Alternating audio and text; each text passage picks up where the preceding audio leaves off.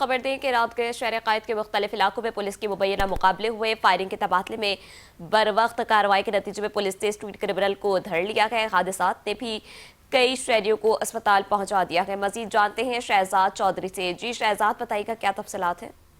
जी देखिए, रात के जो कराची में हादसात और पुलिस मुकाबले हुए, इनका मैं आपको बता दूं, गुलशन शांति नगर में घर में आग लगने से एक शख्स जान बहक। पुलिस की जानिब से आग लगने की तहकीकात की जा रही है। एक जानिब और मैं आपको बताऊं तो बलोच कॉलोनी आइडियल बेकरी के करीब घर में से लाश मिली। लाश की मौत की वजह मालूम ना हो सकी, लाश को सिविल अस्पताल मुंतकिल कर दिया गया है। दूसरी जानिब मैं आपको बताऊं तो गुलशन इकबाल में पुलिस मुकाबला हुआ, जिसमें एक जख्मी डाकू को गिरफ्तार किया गया, जिसके पास से एक पिस्तौल, एक छीनी हुई बाइक और दीगर नकदी सामान बरामद करके मुकदमा दर्ज कर लिया गया।